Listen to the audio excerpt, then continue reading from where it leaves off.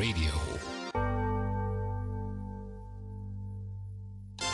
Ang susunod na programa ay maaaring maglaman ng mga pananaw at opinyon na hindi kinakailangang sumasalamin ng mga pananaw ng CBS.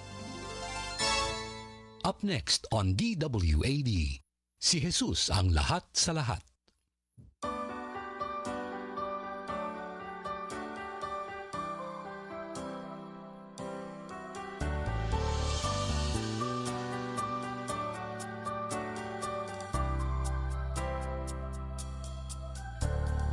Gagawa ang Diyos ng daan sa buhay ko. Pagkilos niya'y mahiwaga, sa akin may layunin siya. Siya'y aking gabay, ang kasama't karamay. Pag-ibig niya't kalakasan, bawat araw man, siyang aking daan.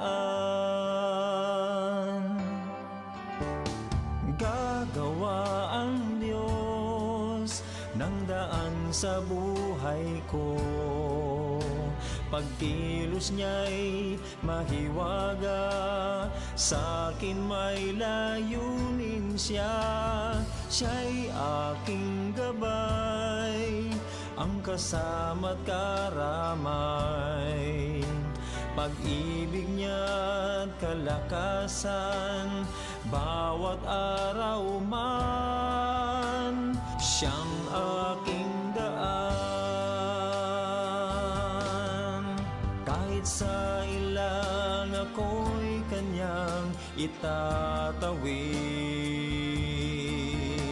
disyerto man may ilog siyang hatid.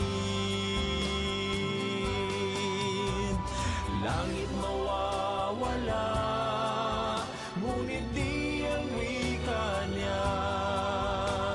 Siya'y mayroong gagawin ngayon.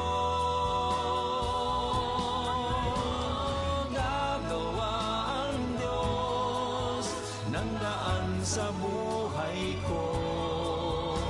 Pagkilos niya'y mahiwaga, sa akin may layunin siya. Siya'y aking gabay, ang kasama't karamay. Pag-ibig niya kalakasan, bawat araw man, siyang aking daan. Pag-ibig niya't kalakasan, bawat araw man, siyang aking daan. Isang maganda at pinagpalang umaga po sa lahat ng nakakarinig ng aking tinig. Kayo po ay nasa programang Si Jesus ang lahat sa lahat. Tayo po ay napapakinggan araw-araw tuwing umaga sa Radyo Man o sa ating FB Live, sa ating pong AM radio station, 1098 kHz, Monday to Friday, 6 to 6:30 AM, at Saturday at Sunday naman po ng 8 to 9 AM. Kasabay din po tayong mapapakinggan sa FB page, live streaming ng CBS, DWAD, at sa Crusaders Broadcasting System, DWAD 1098 kHz. Sa ngalan po ng ating butihing pastor, Pastor Rolly Antonio, kami po ay mga manggagawa ng Panginoon mula sa JCAM Global Antipolo Chapter. Ako po si Ate SP, kasama ang aking kapartner na si... Ako po si Ate Shine. Kami po ang inyong makakasama sa loob na naman po ng isang oras ng talakayan, pagbubulay-bulay at pakikinig ng mensahe at salita ng Panginoon. Dalangin po namin na sa ikalawang linggo ng buwan ng Hulyo, tayo pong lahat ay mabless sa mensaheng nais sa atin iparating ng Diyos. Maging makabuluhan ng isang oras ng inyong pakikinig at pagsama sa amin, maitaas ang kabutihan ng Panginoon sa ating mga buhay. Ngunit Bago po ang lahat, tayo po muna ay dumulog sa panalangin at hingin ang gabay ng Panginoon sa sisimulan nating gawain sa umagang ito. Okay. Yes, Lord God, maraming salamat po sa umagang ito, Panginoon. Lord God, salamat po sa mensaheng aming mapapakinggan, Panginoon. Lord, dalangin namin sa loob ng isang oras ng aming pag-aaral, magbubulay ng salita mo, Panginoon. Lord, marami po kaming matutunan, Panginoon. Ma-bless po kami, ma-uplift ang aming mga spirit, Panginoon, Lord God. I-touch mo po ang aming mga puso, Panginoon, Lord God. Maging kagamit-gamit ang mga aral na aming papakinggan, Panginoon. Lord, gayon din sa aming mga manggagawa mo, sa akin at kay Ate Shem, Panginoon. Yes, Lord. Hawakan mo po kami, Panginoon. Itago mo po kami sa iyong likuran. Hindi po kami ang maitaas or mapansin, Panginoon, hindi po ang aming kagalingan o kamalian, Panginoon, kundi po ang mensahe mo, Panginoon, sa bawat isa, Panginoon, Lord God. Ikaw na po ang bahala, Panginoon. Itago mo po kami, gabayan mo po kami, Panginoon. Yes, Lord. Salamat po, Panginoon, Lord God. Tinataas po namin ng buong araw na ito sa iyo, Panginoon. Na maging makareceive kami ng pagpapala, Panginoon, Yes, nagbumula sa iyo. Salamat sa dakilang pangalan ng iyong anak na si Jesus. Amen. Amen. Amen and amen, Ate SP. Magandang umaga po sa ating lahat, sa aming mga makikinig. Amen. Good morning po. Ma-bless po ang lahat sa amin pong ipaparating na mensahe po ng Panginoon. Ngayon po, ang ating pong itatakel or ang ating pong magiging topic for ngayon pong umaga, how to lay your burden down. So, sa Tagalog po, paano ibaba ang iyong mga pasanin? Kumusta po ang bawat isa sa atin? Alam ko po na ang lahat may mga pinagdaraan ng mga problema, may mga pinagdaraan ng kawalan o mga paghihirap, no? Pero sa ating pong topic ngayon, paano ba natin ibababa yung mga pasanin na yan? Kasi literal na sabi, no, dala-dala mo sa balikat.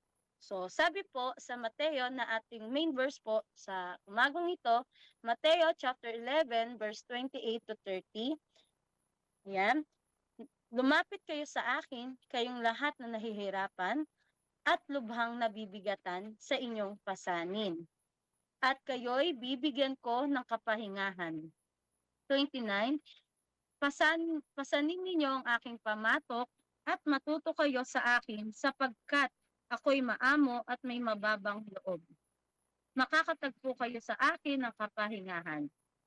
Verse 13, sapagkat madaling dalhin ang aking pamatok at magaan ang pasaning ibibigay ko sa inyo. Sabi po, itong mga pasanin ng mga tao ay maaaring pisikal.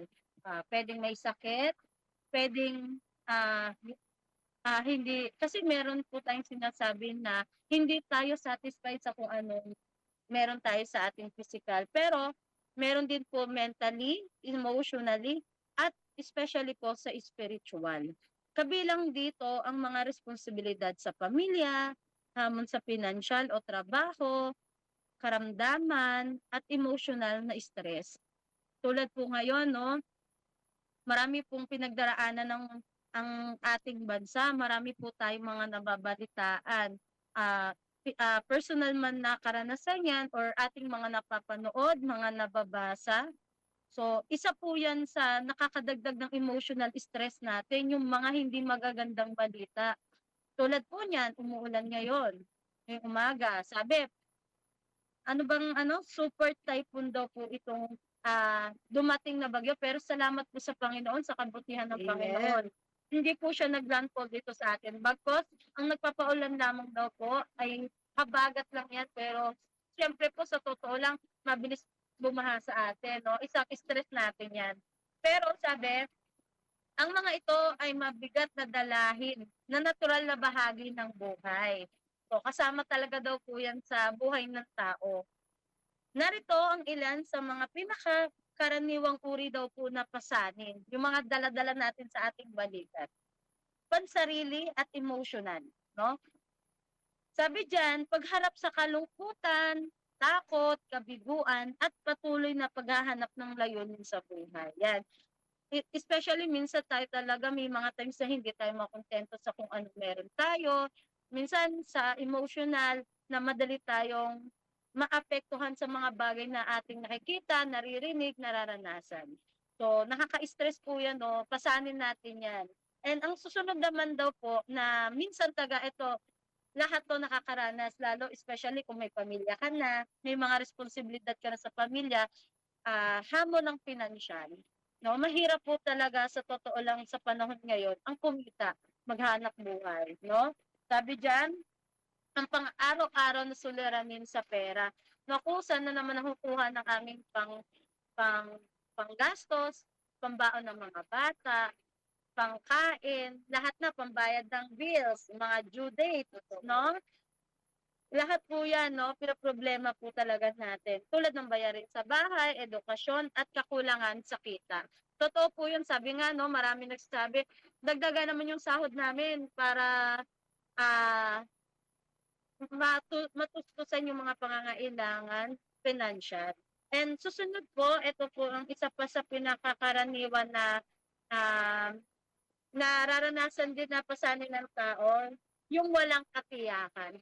Naranasan niyo na po ba minsan sa buhay natin, although meron tayo, maginhawa, pero minsan may takot sa puso natin na ano kayang darating kinabukasan? Hindi maiwasan tayo eh, 'no? Pero sabi nga eh, ikaw na Kristiyano ka, kapag inilagak mo lahat, ang lahat na 'to na problema mo sa Panginoon, mawawala 'tong mga takot, yung mga hindi katiyakan na pag-iisip mo, yung pag-o-overthink, yan yung isa sa nagki-kills ng ating joy, 'no?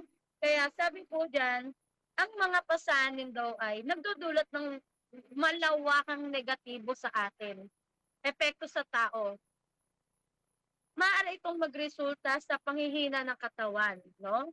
Kawalan ng focus at issue sa kalusugan ng isip. Kaya bakit po nakakakita tayo ng mga tao na ah, sa sobrang pag-iisip 'no, na sa sobrang pag-o-overthink nila 'no, nagkakaroon sila ng stress, anxiety, depression 'no. Kaya minsan sinasabi nila, "Sus pag-aarte lang 'yan, arte-arte lang 'yan." Pero ang totoo po, sabi po talaga, totoo po 'yun yung nararanasan na 'yun, hindi lang po pag-iinarte 'yun. Dahil po minsan siyempre sa pasanin ng buhay. Pero sabi dito, may mga epekto daw po sa katawan, physically, mentally, and emotional 'tong mga pasanin na 'to, 'no. Sabi po, karaniwang, epekto sa ating pisikal yung madalas na karamdaman. Sa totoo lang po minsan sa sobra nating problema, minsan nagkakasakit tayo, minsan talagang totally na hindi ka makabangon sa higaan dahil nga po sa mga isipin natin parang hindi ka makapagpahinga. And then isa rin pong epekto ay yung sa mental, yung kawalan ng focus. Minsan sobrang problema mo, kahit anong ginagawa mo hindi ka makatapos-tapos. Kasi nga iniisip mo yung problema mo, yung pasanin mo, 'no? Tapos yung mga tinding pag-aalala. Eto po hindi maiwasan 'no, yung patuloy na pag-iisip ng negatibong senaryo na maaaring humantong sa sobrang kabado, anxiety. Diyan nag-i-start po talaga yung mga stress, yung anxiety na depression na minsan hindi maiwasan daw po sa buhay ng tao. Emotional at behavioral especially kapag ang mga tao po daw ay nakakaranas ng problema, minsan mainitin ang ulo, iritable, 'no? Sabi magagalitin, madalas mainis, minsan mayroong mabilis na pagbabago ng emosyon. Minsan ang iba po talaga nakakagawa na daw po ng hindi magandang gawi, 'no? Minsan nakakapanakit na sa sobrang bigat po ng dalahin nila. Lagi nang nakasigaw, 'no? Siyempre, gano'n po daw talagang epekto daw po ng mga problema, mga pasanin sa tao. Pero ang tatalakayin po natin 'no, ay 4 points na kung paano natin ibababa ang iyong mga pasanin 'no. Sabi nga po 'no, number 1, the call to surrender. Sabi po sa Mateo chapter 11 verse 28, "Lumapit kayo sa akin, kayong lahat na nahihirapan at lubhang nabibigatan sa inyong pasanin, at kayo'y bibigyan ko ng kapahingahan." So, eto po, sa Mateo chapter 11:28, iyan po yung sinasabi ang pagpapalapit. Lumapit daw po tayo sa Kanya. Sabi dito, binibigyan diin nito na si Jesus ay hindi isang hukom na malayo sa atin, kundi isang mapagmahal na tagapagligtas na naghihintay na pasanin natin ang ating mga pasad. Tulad na lang po na siya ang napako sa krus, imbes na tayo upang bayaran ang ating mga kasalanan. Ganun na lamang po ang pagmamahal at pagmamalasakit ni Jesus sa atin. Ayaw niya tayong harapin na mag-isa ang ating mga mabibigat na pasanin. Sabi po sa Deuteronomy 31 chapter 8, si Yahweh ang mangunguna sa iyo. Sasamahan ka niya. Hindi ka niya bibiguin o pababayaan man. Kaya't huwag kang matakot ni panghinaan ng loob. Sabi po, ang paglalagak ng iyong mga pasanin ay nangangahulugan na ganap na pagsuko sa iyong mga alalahanin, kasalanan, at pagkapagod sa Diyos. Kabilang dito ang paglalapat ng pangako sa Mateo chapter 11, verse 28 to 30. Kung saan tinatawag ni Jesus ang mga pagod na lumapit sa Kanya para sa kapahingahan. Kinikilala na hindi ka nilalang pasanin, hindi ka nilalayong pasanin ang mabibigat na bagay ng buhay ng mag-isa. Sabi po dyan, kapag ikaw napapagod na, hindi ka na makapag-focus, lumapit po tayo sa Kanya. Bibigyan niya tayo ng kapahingahan. Yan po ang pangako ng Panginoon. Sabi po, no, hindi po sinabi na tayo ay hindi haharap ng problema at pagsubok. Pero ang pangako niya na hindi niya tayo iwan at tayo niyang sasamahan sa lahat ng pagkakataon, sa lahat ng ating gagawin. Magtiwala lamang tayo sa Kanya. Sabi po dyan, ang kahulugan ng lumapit sa akin, ito ay nag-aalok si Jesus ng personal na relasyon sa halip na isang hanay ng imposibleng patakaran. Inaanyayahan ka niya tumigil sa pagsisikap sa sarili mong lakas. Kaya yan po ang sabi sa mga Kawikaan, chapter 3, verse 5 to 6. Kay Yahweh ka magtiwala, buong puso at lubusan, at huwag kang mananangan sa sariling karunungan. Sa lahat ng iyong gagawin, siya nga'y alalahanin, upang ikay patnubayan sa iyong mga tatahakin. Sabi po dyan, basta pag tayo lumapit sa Panginoon, nangangahulugan lamang po yun na buong puso tayo nagtitiwala sa Kanya. Ibig sabihin po nun, pag tayo nagtitiwala sa Kanya, matatanggal yung mga alalahanin, kabigatan sa dibdib. Ibig sabihin po, ibinibigay na natin sa Kanya yung bigat ng ating nararamdaman. Kasi hindi maiwasan talaga sa lahat ng ating mga nararanasan, no? Hindi maiwasan na hindi natin mai-release sa talagang kinikimkim natin sa ating puso. Maliit man po yan o malaki ang ating pinagdaraanan. Sabi niya, lumapit tayo sa Kanya, pinapalapit ka niya, hindi lang dahil gusto niya na mawalan ka ng problema, pero sabi po, no, ganun po ang pagmamahal ng Panginoon sa atin. Ayaw niya na harapin mo yung mga bigat na yan ng mag-isa. Nais niya na kasama mo siya sa lahat ng iyong mga problema, hindi lamang po sa kasiyahan.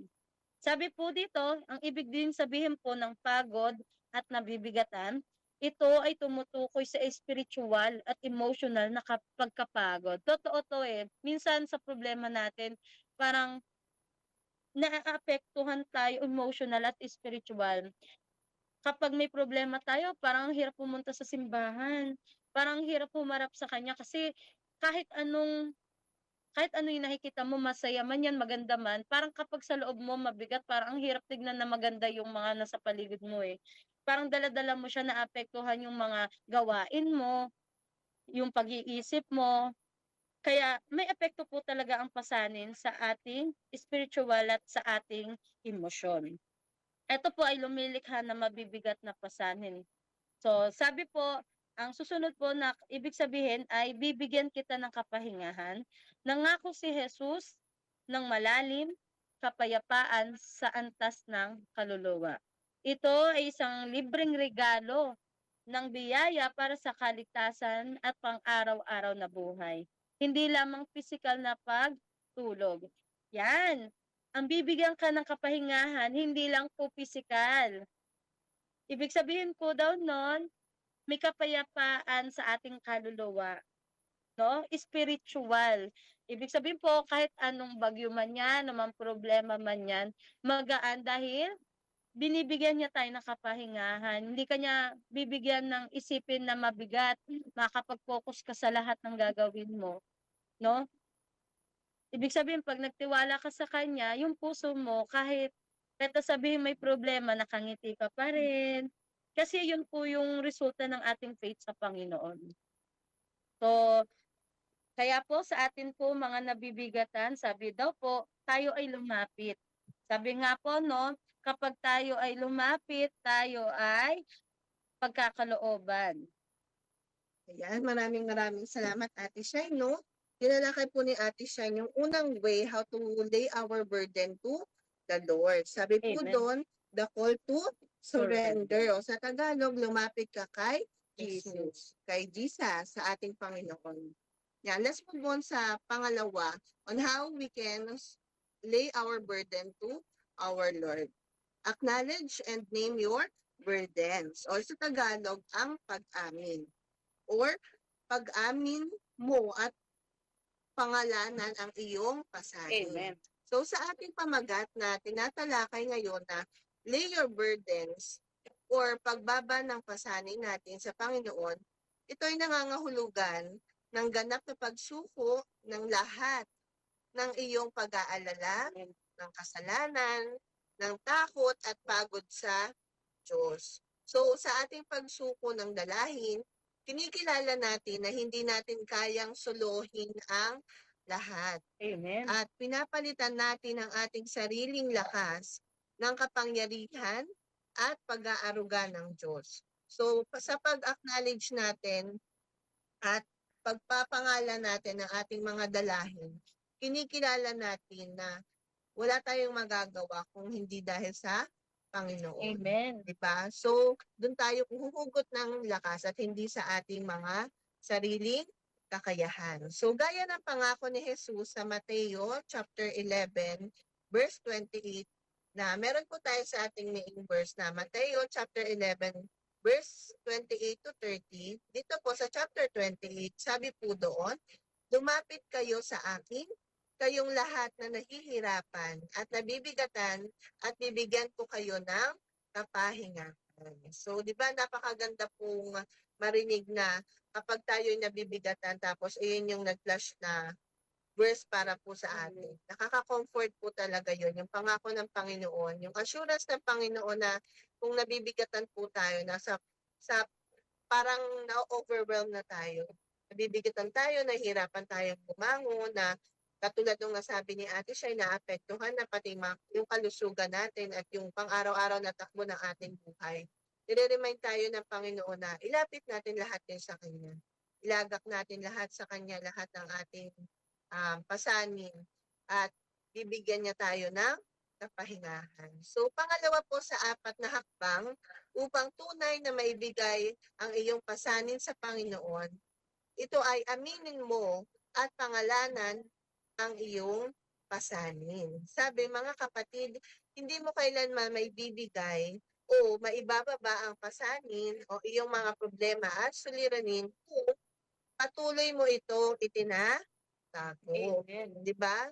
Kahit na sabihin natin na nalalaman naman ng Diyos yung laman ng puso ko eh. Hindi ko na kailangan i-utter pa, hindi ko na kailangan banggitin pa sa Panginoon, i-ask pa sa Kanya. Pero nais ng Panginoon na pangalanan mo. Tapos Ate SP, 'di ba? Totoo yung may mga problema tayo, parang ang hirap i-share sa iba. Kaya parang hirap i-open up kasi baka ma-judge tayo or alam mo yun, baka isa pang maging reason ng anong iisipin nila sa atin. Kaya parang hinaharap natin ng tayo lang. Tama. Kaya parang nagtitiwala na lang tayo Oo. sa sarili nating lakas. Na kahit sa Panginoon, tinatago Oo, natin. parang nakakahiya kasi Kasi, i-share Oo, diba? kahit sa Panginoon, nahihiya tayo. Amen. Diba? Pero hindi ganun po yung nais ng Panginoon. Ngayon, araw po, mensahe ng Panginoon na maging bukas po tayo sa Kanya. Amen. Pangalanan po natin. Huwag tayong mahiya na aminin natin yung kasalanan na itinatago natin sa ating mga puso. So sabi, hindi gumagana ang pagsuko mo sa Diyos ng lahat ng bigat kung itinatanggi mo muna kung ano talaga ang bumibigat sa'yo. So sabi ng Panginoon, aminin mong lahat sa Kanya. Wag ka nang magtira, Amen. 'di ba? Kasi hindi naman lingid sa Panginoon lahat 'yan. Maliit o malaking bagay man Mm. yan, 'di ba, sabi? Maliit o malaking bagay, ian banggitin mo sa Panginoon sa iyong panalangin at hindi ka niya pababayaan. Amen. Ang sabi sa salita ng Diyos sa unang Pedro chapter 5 verse 7, ipagkatiwala ninyo sa Kanya ang lahat ng inyong mga alalahanin sapagkat nagmamalasakit siya sa inyo. So, sinasabi rito na lahat, sa salitang lahat, ibig sabihin po walang pagbubukod. Kaya huwag nating itago ang anumang bagay. So, aminin natin ng buong tapat sa Diyos kung ano ang daladala natin. Amen. Maaring lihim na kasalanan na matagal na nating itinatago or takot sa pangyayari sa bukas. Di ba nga, Overthinking. overthinking, hindi natin maiiwasan yan Oo. maliit o malaking bagay. Amen. Parang natatakot tayo harapin yung bukas kapag may suliranin tayong hinaharap eh. At yun, di ba nabanggit ni Ate Shai na pag tayo nag-overthink, maraming nagiging epekto eh. Nagkakaroon tayo ng depression, Anxiety. ng anxiety, ng kaba. At hindi lang Hindi yun, tayo mapag-focus sa mga ginagawa hindi lang talaga mental natin. health, Mm-mm. maging physical health na rin natin. Nagsisimula na bumaba yung immune system natin, uubuhin na, sisipunin, lalagnatin. Yes, tama. Kaya napaka-bisa na malaman natin na kailangan nating surrender lahat ng ating iniisip sa Panginoon dahil hindi natin kaya kung tayo lang. Sabi nga, yung mangyayari sa bukas, kasama po yun sa maaring ilihim natin sa Panginoon. Labis na pag-aalala sa pamilya or sa kabuhayan, lalong-lalo na po ngayon, no? Parang nagiging unsure tayo. Bukas ba, kaya pa ba natin makapag-provide ng mga pangangailangan? Kasi pataas ng pataas yung Mga bilihin. bilihin, yung mga bills, di ba? Talaga. Ang dami nating kinakaharap ngayon, hindi lang sa bansa natin, maging sa buong mundo. Pero saan po ba tayo kukuha ng pag-asa at lakas? Kundi sa Panginoon, sa pamamagitan ng patuloy nating pakikipagdalanginan sa Kanya. O ano pa po ba? Yung galit, yung pagkakasala, o kahit ang bigat ng pagkadismaya. So yung mga nabanggit pong yun, ayun yung parang mga bagay na nahihirapan tayong itaas sa Panginoon lahat, ipagkatiwala sa Panginoon lahat. Kasi meron tayong pag-aalinlangan eh. Meron tayo sa puso natin na kaya ko ba itong alisin lahat? Kaya ko bang isurrender lahat sa Panginoon? Tanggalin na yung mga bumibigat sa akin na ito para patuloy na ako makalaya at gumaan na yung pakiramdam ko.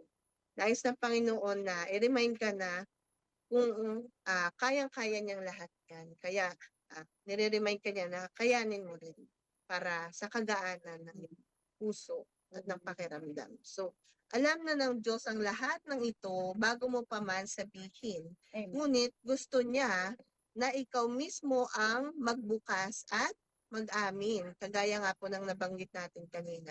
Hindi lingid sa Panginoon lahat ng nasa puso natin. Ngunit nais ng Panginoon na banggitin mo pa rin sa Kanya. Sabihin mo sa Kanya. Kapag inilabas mo ito sa liwanag at inamin mo sa Kanya, doon mo lang tunay na maibibigay ang bigat na iyan sa Diyos. Kagaya ng isang kaibigan, di ba? Kapag kaming matalik tayong kaibigan o may tao tayong pinagkakatiwalaan tulad ng magulang natin or mga pastora or kahit sino pa man, di ba? Kapag bigat na tayo, di ba nararanasan natin na may i-share sa isang pinagkakatiwalaan nating tao, tapos bigla na lang natin masasabi after, alam mo, salamat kasi gumaan yung pakiramdam ko. Nailabas ko lahat. Ganun din ang Panginoon. Hindi man physically, pero spiritually present siya. Amen. Lagi siyang omnipresent at omnipotent para sa atin. So, hindi mo kailangan magpanggap na maayos ka lang. So, ang Diyos ay hindi kailangan ng perfecto. Sabi nga, it's okay not to be okay. Yes. Sometimes, di ba? Amen. Maaari ka maging vulnerable. Maaari kang manghina dahil ang Diyos ang ating kalakasan. So, naghahanap siya ng taong tapat at handang magpasa ng pasanin sa Kanya. So, naghihintay lang naman ang Panginoon eh. Minsan, kapagka sinusubok tayo, marami tayong kinakaharap, parang feeling natin lumalayo tayo sa Panginoon, di ba? Parang minsan nagtatampo pa nga tayo. Pero ang Panginoon, ni minsan hindi siya lumayo sa atin. Nandyan lang siya, naghihintay sa pagbabalik natin. Ang pag-amin ay ang unang hakbang ng pagpapalaya. Ang itinatagong bigat ay lalong lumalaki. Ang inamin at ibinigay sa Diyos ay kanyang aalagaan at pagagaanihin. Amen. Amen, di ba po? Bakit ba mahalaga na aminin at pangalanan natin ang ating pasanin sa Diyos? Dahil hindi mo maibibigay ang isang bagay na itinatago mo. Maging tapat ka sa Diyos. Sabihin mo kung ano talaga ang nagpapabigat sa'yo. May utang, away sa pamilya, kasalanan na paulit-ulit mong ginagawa, takot sa hinaharap o lungkot na matagal mo nang dala. So, kagaya nga ng nabanggit natin kanina sa unang Pedro, chapter 5, verse 7, alam na ng Diyos ang lahat ng ito, pero gusto niya na ikaw mismo ang magsabi at magtiwala ka sa Kanya. Amen. So, napaka parang ngayon pa lang parang ang sarap sabihin sa Panginoon yung mga bagay na alam mo yun, nakakaano sa isip natin, hindi tayo mapag-focus, parang sabihin mo na lang kay Lord para mabawasan. Hindi ka pa niya i-judge, no? So, ang pangatlo po na puntos ay replace worry with prayer. Yan. Ang pananalangin at pasasalamat. So, tunay po yun na maraming bumabagabag sa atin. Lalo kapag parents ka na nakakapakinig ng mga balita. Kaya nga minsan, di ba sabi, parang ang hirap na manood ng TV ngayon, lalo balita. Kasi yung mga napapanood natin na mga hindi magaganda, tsaka ngayon po na tag-ulan, mga calamities, pagputok ng bulkan, mga super typhoons, parang tulad tulad ng mga magulang, sobrang silang nag-aalala especially sa mga anak nila, sa kanilang mga ka-partners, and sa mga pamilya, magulang, at saka sa mga kapatid, no? Tunay po na kapag inilagak natin, ipinag-pray natin sa Panginoon sila, parang meron tayong peace of mind na iingatan ng Panginoon ang ating mga mahal sa buhay. So, sabi dito, kapag daw tayo ay nananalangin, tayo ay nakikipag-usap ng diretso sa Diyos. So, hindi mo na ikukuwento sa isa, makakarating pa sa isa. So, direkta tayo pong nakikipag-usap sa Diyos, 'no? Ito ay isang mabisang paraan upang maipahayag ang ating pasasalamat, 'no? Kapag tayo nananalangin, ibig sabihin nagpapasalamat tayo sa Panginoon. Kumbaga sa kanya natin inilalagat lahat ng ating mga problema, sa kanya natin sinasabi isa-isa yung ating mga problema. 'No, humihingi tayo ng kapatawaran 'pag tayo po daw ay nananalangin. At ilapit sa kanya ang ating mga kahilingan. Siyempre hindi lang naman, more on paghingi, 'no, may pagpapasalamat din. Pero siyempre sa panalangin humihingi rin tayo sa Panginoon. Yun nga, na nawa sana lagi tayo ingatan, gabayan, at pagkaloobaan ng pangangailangan natin sa ating mga araw-araw. Sa Filipos chapter 4 verse 6-7, huwag kayong mabalisa tungkol sa anumang bagay. Sa halip, hingin ninyo sa Diyos ang lahat ng inyong kailangan sa pamamagitan ng panalangin may pasasalamat. At ang kapayapaan ng Diyos na hindi kayang maunawaan ng tao ang siyang mag-iingat sa inyong puso at pag-iisip dahil sa inyong pakikipag-isa kay Kristo Jesus. Sabi natin SP kanina na ilagak natin sa kanya, sabihin natin sa kanya yung ating mga bumibigat sa ating mga puso. Isa rin po kasi yon sa pagpapakita na nagpapakumbaba tayo sa harapan ng Diyos. Kapag tayo nagpapakumbaba, nakikita niya yung kababaan loob natin, kaya maari yung ating mga kahilingan ipagkaloob niya sa atin. Kasi gusto lamang po naman niya na ipagkaloob sa atin yung ating mga kahilingan basta po tayo ay nagpapakumbaba sa kanyang harapan. 'Di ba? Sabi po, ang pagsuko ay isang aktibong pagpili, hindi po 'to sa pilitan. Napipilitan ka ba? Hindi po. Kaya nga tinatawag ka niya, nasa sa'yo na kung lalapit ka sa kanya. Sabi do'n, it's your choice na lumapit sa Kanya at ilagak sa Kanya ang iyong mga suliranin, ang iyong mga pasanin na bumabagabag po lagi sa atin. Mga takot, kawalan, yung mawalan ng mahal sa buhay. Sobrang isipin mo pa lang 'yan parang nakakatakot na talaga. Pero sabi kapag tayo ay nananalangin, ipinapalit natin ang ating pagkabalisa sa kanyang kapayapaan. So iba po ang kapayapaan na ipinagkakaloob ng Panginoon, 'no? Hindi lang kapayapaan ng isip kundi emotionally, pagkapayapa and spiritually na kapayapaan. Sa isip, sa puso at sa diwa payapa tayo sa ating pagtulog, alam natin na gigisingin niya tayo kinabukasan, iingatan niya ang ating mga mahal sa buhay, 'no? Sabi ang paglapit sa Diyos ng may pasasalamat ay nagpapababa ng ating mga alalahanin.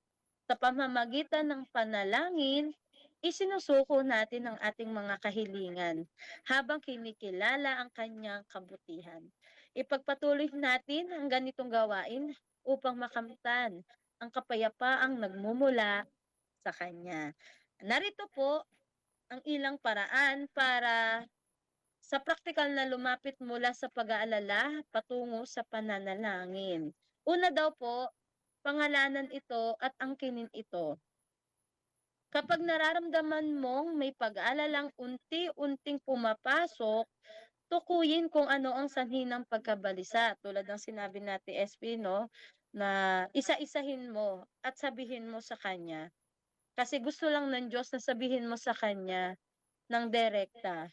No? Gawing direktang kahilingan sa Diyos ang pag-aalalang iyon para sa gabay o tulong. Kapag po daw tayo nananalangin, humihingi tayo ng gabay at tulong sa Panginoon. Siyempre, 'pag ang Diyos ipinagkaloob ito, sabi nga hindi mo lubos maiisip yung tulong na magmumula sa Kanya, 'no? Kapag tinulungan niya tayo, makakatulog tayo ng matiwasay sa gabi. Mawawala yung ating mga alalahanin, ang ating mga takot na bumabagabag po lagi sa atin. Yan. Susunod po, magsanay sa pagpapasalamat. Minsan, nakakalimutan kasi natin magpasalamat sa Diyos sa lahat ng mga biyayang pinagkaloob niya. Parang ang lagi na lang natin nakikita problema. Yung mga problema natin na patong-patong na nga dahil may due dates, may mga bills, may mga sabihin natin may mga iba pa tayong utang, may mga gastusin sa araw-araw. Laging ang nakikita natin yun lang, pero hindi natin lagi nakikita yung kabutihan ng Diyos kung paano tayo ilang taon na tayo 'no, na hindi niya tayo pinabayaan, humihinga tayo, buhay tayo, may sarili tayong bahay, nakakatulog tayo ng payapa sa gabi, meron tayong silungan kapag umuulan.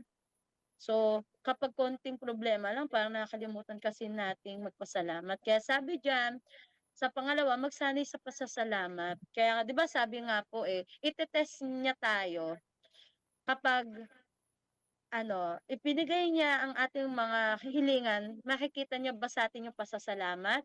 Kasunod ba nun yung pagpupuri sa kanya? O baka naman pagkakuha natin ng ating hinihiling, wala na, nakakalimutan na po natin siya. So, tao ganyan minsan, 'pag may problema lapit sa Panginoon. Pero 'pag tinulungan ng masaya, Panginoon 'pag masaya, 'yan, lagi nakakalimutan. hindi nakakalimutan, oo. So, dapat daw po 'pag tayo, pinagkalooban ng Diyos, problema man 'yan o tulong man 'yan, magsanay tayo ng magpasalamat sa Kanya. Lagi nating papurihan ang Kanyang pangalan. Pangatlo po, pakawalan ng kontrol. 'Yan, ipaalala sa iyong sarili na may ilang bagay na lampas sa iyong kapangyarihang baguhin. Dahil sabi nga po, ang Panginoon lamang ang nagpapabago sa atin at sa ibang tao. Hindi po ibang tao magpapabago sa atin. 'No, siya lang po ang may hawak, ang may kontrol ng ating mga puso, ang ating mga isip. Hindi tayo magbabago dahil sinabi lang kasi natin, "SP magbago ako, Ginamit lang po siyang kasangkapan ng Panginoon or yung mga taong nagyaya sa'yo sa church. Ang Panginoon pa rin po ang gumamit sa kanila upang magbago ka. Ang panalangin ay isang praktikal na pagkilala na ipinapasa mo ang iyong mga pasaning iyon sa isang mas mataas na kapangyarihan na may kontrol, 'no? Isipin po natin, hindi natin kontrol ang lahat ng mga bagay. It's beyond our control, 'no? May mga tulad yan, yung ulan, 'di naman natin kontrolado yan. Bakit ka nai-stress, 'no? Magdala ka ng payong para hindi ka mabasa, 'no? Pero kasama po kasi sa buhay yan, importante yang ulan. So, 'wag tayong magpaka-stress sa mga bagay na hindi natin kontrolado. Minsan kasi parang tayo rin yung nagiging reason bakit tayo na-stress, eh. Gusto mo ng ganito kahit naman hindi mo control, 'no? O mag-ano, mag-gan'to tayo, mag-ganyan. Hindi mo iniisip yung magiging decision din ng mga kasama mo, 'no? So, maganda pa rin po talaga na ipagpasa Diyos natin dahil nasa kanya ang main control, 'no? Kaya sabi ang panalangin ay nagbibigay ng kapayapaan sa isip, nagpapababa ng stress, at nagpapatibay ng emosyonal na katatagan. Kasi minsan 'pag nakikipag-usap po tayo sa Diyos, parang 'pag nagsalita lang tayo ng salita parang pinakikinggan niya tayo, hindi niya tayo hinuhusgahan kasi hindi gano'n 'yun, yung Hindi parang ka hindi niya ka niya kokontrahin, masasagot. oo, hindi ka niya masagot pero may ibang other way siya kung papaano ka niya sasagutin na sabi mo, "Thank you Lord, this is your will, this is your way na sa mga dalangin ko, sa mga kahilingan ko. Salamat." Kasi gagamit siya ng mga resources, ng tao, mga sitwasyon para ipakita yung kamangha-mangha na papaano yung grabe yung kapangyarihan niya, mga imposible, imposible po, 'no? And eto po, ilan sa mga pangunahing benepisyo ng panalangin, ita-tackle po natin. Una po, emosyonal na kaginhawaan. Kasi minsan tulad ng sinabi natin SP, 'pag ibibigay natin, sinasabi natin sa kanya yung mga problema natin, 'pag nakakagaan. Kasi kahit sabihin mo na hindi tao yung pinagsasabihan mo, pero yung Diyos na makapangyarihan, parang nakakabawas ng guilt. Tulad ng mga kasalanan, parang, "Lord, patawad sa mga kasalanan ko." Parang dun parang sa pag-amin ng kasalanan tayo, parang emotional na kaginhawaan na yon, 'no? Kasi nandun yung pagsisisi, paghingi ng Tama. gabay, ng tawad sa Panginoon. Kaya parang nakakabawas ba ng ano, sabi nga dito, nakakabawas ng takot, ng kalungkutan, at pangamba sa pamamagitan ng pagtitiwala sa mas mataas na kapangyarihan. So, siya kasi ang mas makapangyarihan sa lahat, eh, kaya parang kapag sinabi mo sa kanya, nawawala yung takot natin, eh, nawawala yung kalungkutan, nawawala yung mga pangamba natin, yung mga overthinking, 'no? Kasi yung overthinking nagki-kill siya ng joy, 'no? Tapos sabi dito, isa rin pong benepisyo ng panalangin yung, yung mga mas mahusay na pagtugon sa problema. Minsan hindi natin alam solusyonan yung problema natin Ate SP, eh, kasi patong-patong na. Pero sabi diyan kapag nanalangin ka, pagkakalooban ka niya ng mahusay na solusyon, 'no? Yun yung tugon sa'yo ng Panginoon, "O eto anak, lumapit ka dito. O anak, ito yung gawin Parang mo." inner voice. Inner voice na parang iwe-way ka niya kung saan ka dapat pumunta, lumapit, ano yung mga gagawin mo, 'no? Sabi dito nakakatulong ito upang mas mabilis na maka-adjust sa mga pagsubok sa kalusugan at sa buhay. May mga testimony tayo na napapakinggan na nagkasakit pero may ginamit si Lord ng mga tao para dalhin sila sa mahuhusay na doctors, mahuhusay na hospitals na wala silang binayaran paglabas nila o minsan magbayad man sila sobrang minimal lang, sobrang liit lang. Ganyan po kumilos ang Panginoon. Lalo 'pag dinadalangin natin yung mga problema daw po natin. And yung susunod po, pagpapabuti ng relasyon. Ah, Hindi po maiwasan kahit po sa pamilya minsan na may mga hindi po pagkakaunawaan, may mga tampuhan, may mga hindi pagkikibuan. Pero sabi po, ang isa po na benepisyo ng panalangin, ipanalangin mo yung relasyon mo na yun dun sa tao, 'no? Sa pamamagitan ng pagdarasal para sa iba, 'no, nahuhubog po ang yung mga simpatya at saka mga pagmamalasakit natin sa tao, 'no? Kapag may malasakit tayo sa tao, ipagdasal po natin, although hindi natin kapalagayan ng loob, sa Diyos po natin kasi siya po ang makapangyarihan na mag-aayos ng lahat ng relasyon sa kahit kanino, pamilya mo man 'yan, kapitbahay, kaibigan, or kahit sino po, ipagdasal po natin dahil ang Diyos po ay nag-aayos ng relasyon. Amen. Amen. Yan natalakay po ni Ate Shine yung pangatlo sa how to lay your burden down. Ayun po ay palitan ng pag-aalala ng panalangin. Amen. Amen. So ngayon po, dako po tayo sa pang-apat at panghuling way on how to lay our burden down. Ito ay walking in freedom and community. Amen. O sa Tagalog, ang pamumuhay ng may kalayaan at pagkakaisa. So, mga kapatid, kapag lumapit ka sa harapan ng Diyos at ibinigay mo na ang iyong pasanin, iwan mo na iyon doon. Amen. Diba po? Amen. Pagka pinagkatiwala mo na sa Diyos yung mga pasanin mo, huwag mo nang dalhin ulit pabalik sa'yo. So, ang pag-alis mo sa altar ay nangangahulugang hindi mo na ito babalikan o kukunin ulit. Minsan kasi, pag tayo nagsisimba, marami tayong bigat or dala-dala na pasan.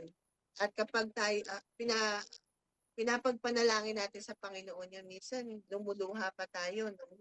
Nire-remind tayo ng Panginoon na after ng pagtutuos mo sa Panginoon, iwan mo na sa Kanya. Amen. Huwag mo nang isipin at ang Diyos na kikilos para sa iyo. Madalas, binibigay natin ang ating alalahanin sa panalangin, pero kinabukasan ay binubuhat na naman natin ito dahil nawawalan tayo ng tiwala. So parang, ang tagal naman Lord, parang hindi mo pa sinasagot yung dalangin ko sa iyo. Nais sa Panginoon na magtiwala lang tayo sa God's Amen. time dahil God is always in time. Amen. Ang tunay na pananampalataya ay ang pagtitiwala na hawak na ng Diyos ang lahat. Kaya hindi mo na kailangan pasanin pa ulit ang mga bagay na ipinagkatiwala mo na sa Kanya. Parang ano lang yan kung sa school, di ba meron tayong mga leader. Amen. So, dahil ang dahilan bakit siya yung naging leader kasi yung mga members na nagtiwala na kaya niya Amen. na hawakan sila. Ganon din sa Panginoon. Na kapag pinagkatiwala mo na ang suliranin, yung mga dalahin mo sa buhay, hayaan mo ang Panginoon na ilid ka kung paano niya masusolusyonan Amen. yung mga nilapit mo sa Kanya. Dahil makapangyarihan ng ating Panginoon. Amen. Diba? Nais na yung best para sa atin. Hindi lang natin makita yung plano niya. Lord, ano ba dahilan mo? Bakit nangyayari sa akin to? Parang ang hirap-hirap naman. Parang sunod-sunod naman, Lord, na hindi maganda yung nangyayari. Pero laging may plano ng Panginoon. May magandang bukas na nakalaan para sa iyo. Sabi nga sa Jeremiah 29:11, di ba? Kailangan lang natin magtiwala sa Panginoon dahil laging may magandang plano siya para sa atin. So in this morning, God is reminding us, the congregation, that walking away from the altar means leaving the burden there. It also means helping carry one another's burdens as a church family. Sabi nga, no, tayo ay mabuhay ng may kalayaan at may pagkakaisa as Amen. church family. So tayo ay pamilya sa ating simbahan. Kung kaya't, marapat lamang na tayo ay magpalakasan kung mayroong nanghihina or Amen. magsuportahan sa pananalangin kung mayroong napagdaraanan. So sabi nga, true faith means not picking up the burden again the next day. So Amen. sabi kapag ngayong araw, pinagdasal mo na yun sa Panginoon, kinabukasan, hayaan mo na ang Panginoon. Amen. Mabuhay ka ng worry-free, nang hindi nag-overthink. Amen. Dahil kung anong kalooban ng Panginoon ay nang mangyayari. Sabi nga, nabagay na Ate Shine, wala po tayong control sa bukas. Amen. May mga bagay sa buhay natin na wala tayong control. Kaya Si hayaan natin Jesus lang ang may si Jesus control. ang mag-control ng buhay natin, ang mag-drive sa ating hinaharap. So, it is about trusting God's control and supporting your fellow believers in their struggle. So, kapag ka naman nasagot na ng Panginoon yung dinadalangin mo, Amen. at malaya ka na, maganda na yung tinatahak ng buhay mo, Amen. it's the time naman na ikaw yung mag-give back or Amen. magbalik sa ibang mga kasamahan mo, kapamilya mo sa Panginoon. So, supporting your fellow believers in their struggle. So, paano ba natin sila masusuportahan? Through prayer, counseling, or simple pakipagkamustahan lang. And fellowship. And fellowshipping. Pakipagkausap lang sa kanila. Kasi, yung pagkausap natin sa kanila, pakikipagkwentuhan, Nakaka-relieve sa kanila, no, ng problema, nakakagaan ng nakakagaan. pakiramdam. Hindi rin tayo nilikha ng Diyos na mamuhay ng mag-isa. So, Amen. bilang pamilya ng Diyos, may tungkulin tayo sa isa't isa.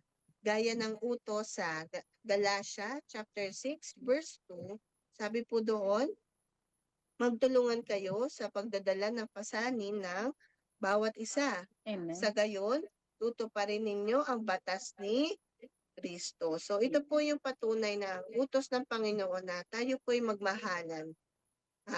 Magtulungan sa pagtugon sa pangangailangan ng bawat isa. So ito po ay batas ni Kristo. So ang tunay na kalayaan ay hindi lang ang pagpapalaya sa sarili mula sa bigat, kundi ang pag-abot din ng tulong sa mga kapatid nating nahihirapan. So kapag tinutulungan natin ng iba, ipinapakita natin ang pagmamahal at pag-aaruga ni Jesus sa nila. So as we extend our hands and help others in need, tayo po yung representation ng Diyos. So sa buhay natin nakikita ang Panginoon. So Amen. minsan naranasan ko may mga lumalapit. Friend, pwede bang pa-pray? Kasi nag-a-apply ako, ganyan-ganyan. Kasi alam ko malapit ka sa Panginoon. So nakakataba ng puso kasi nakikita sa buhay mo yung Panginoon at nagagamit ka para Amen. mas masolusyonan yung pinagdaraanan ng iba. So, sabi nga sa buod, huwag nang kunin ulit ang pasaning ibinigay mo na sa Diyos. So, mamuhay ka ng may tiwala sa Kanya at maging sandalan ka naman ng iyong mga kapatid sa pananampalataya. So, kapag malaya ka na, maging bahagi ka rin ng tulong para sa iyong mga kapatid sa pananampalataya. So, paalala lang po, ang pagbaba ng pasanin ay hindi nangangahulugang mawawala agad ang lahat ng problema. Amen. So, ibig sabihin lang nito, hindi ka na nag-iisa. Amen. So, we live in community. So, we have someone to support us. We have our community kapag kailangan natin ng tulong. So, hindi ka na nag-iisa sa pagdadala ng pasanin dahil kasama mo na ang Diyos na laging tapat at makapangyarihan. Amen. Kaya ngayon po, summary po para sa 4 na puntos na on how to lay your burden down o 4 na puntos po kung papaano ibaba ang iyong mga pasanin. Una po, the call to surrender, ang pagpapalapit. Ang susunod po, number 2, acknowledge and name your burden, ang pag-amin. And number 3, replace worry with prayer, ang pananalangin at pasasalamat. Number 4, walking in freedom and community, ang pamumuhay na may kalayaan at pakikipag-isa. So, shout out po sa mga nakinig sa umagang ito, sa radio at sa live streaming sa Facebook. Magandang umaga po. Maraming salamat sa pakikinig sa isang oras po naming pagbubulay-bulay ng aming topic sa umagang ito. Magandang umaga po kay Sister Kikay Kokoy Kiko, kay Pastor Rizalina Isidoro. Magandang umaga po at sa mga iba pong nakikinig sa radio. Nawa po sana marami po kayong natutunan sa aming topic. Okay, maraming salamat po sa isang oras na naman po na pagsama po sa amin at pakikinig ng Amen. mensahe ng Panginoon para po sa atin. So, para po sa prayer and counseling, you can call these following hotlines. Sa PLDT or landline, GYC 8808-1589, Delight in the Lord Prayer Garden 8706-6519, at for mobile or cell phone number, you can call Pastor Rolly, Globe 0917-177-6466, Smart Pastora Edit 0920-414-0915.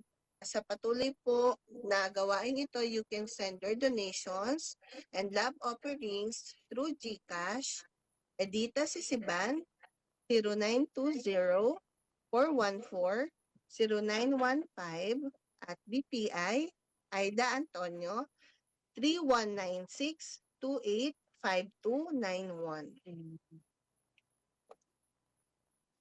Yan, ngayon po, samahan niyo po kami for closing prayer. Yan, papuri at pasasalamat sa iyong dakilang Panginoon Jesus. Lord, maraming salamat sa isang oras na talakayan ng iyong salita. Panginoon, salamat sa paggamit mo sa amin, sa aming mga buhay na may kabuluhan, Panginoon. Salamat, Panginoon, nawa, Panginoon, na ikaw ang nakita, ikaw ang narinig sa aming mga tinig sa mga oras na ito, Panginoon. Samahan mo muli kami, Panginoon, sa aming pang-araw-araw na pamumuhay. Nawa, Panginoon, ang aming mga pasanin, ang aming mga dalahin sa puso, sa aming mga balikat, sa aming isip, ay ilahad namin lahat sa iyo, Panginoon. Kunin mo ito at ikaw na po ang pumasan at wag na po kami mag-overthink sa mga darating na mga panahon, sa aming mga safety, sa aming mga kakainin, and sa aming emotions, at sa aming mga spiritual na pansarili, Panginoon. Lord, maraming salamat, Panginoon, na nakapakinig muli kami ng iyong salita. Panginoon, ma-apply namin ito at maging magaan, Panginoon, ang aming pamumuhay. Lord, alam namin na sa aming buhay, dala talaga namin yung mga problema, Panginoon, pero pangako mo, Panginoon, na hindi mo kami iwan at palagi mo kaming sasamahan, Panginoon. Lord, panghahawakan namin yan, yung iyong mga salita na yan, ang iyong mga pangako, Panginoon, na Panginoon, na sa aming pamumuhay na may pasanin, pero Panginoon, pagaanin mo po ito, Panginoon. Panginoon, sa patawad sa aming mga nagagawang kasalanan, hayag man o hindi, Panginoon, sa mga kasalanan sa aming pag-iisip sa tao, sa iba, Panginoon, alisin mo po ito, yung mga maling gawain, maling mga gawi, Panginoon. Lord, ikaw na po ang manguna, ikaw ang magkontrol sa aming mga puso at isip, huwag kaming mag-isip ng masama sa iba, Panginoon, bagkos lagi lamang kaming mag-focus sa iyong salita, sa iyong mga mabubuting gawa. Bigyan mo kami ng puso mapagpasalamat, puso na lumapit sa iyo, Panginoon. Sabi mo nga, no, lumapit kami mga napapagal, Panginoon. Lord, maraming salamat. Tinataas muli namin, mataas sa papuri at pasalamat sa iyong dakilang pangalan ni Jesus. Amen. Amen and amen. Shalom. God loves you.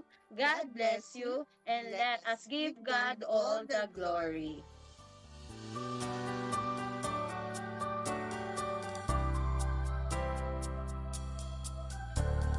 Gagawa ang Diyos ng daan sa buhay ko. Pagkilos niya'y mahiwaga, sa'kin may layunin siya. Siya'y aking gabay, ang kasama't karamay. Pag-ibig niya't kalakasan, bawat araw man, siyang aking daan. Gagawa ang Diyos ng daan sa buhay ko. Pagkilos niya'y mahiwaga, sa'kin may layunin siya. Broadcasting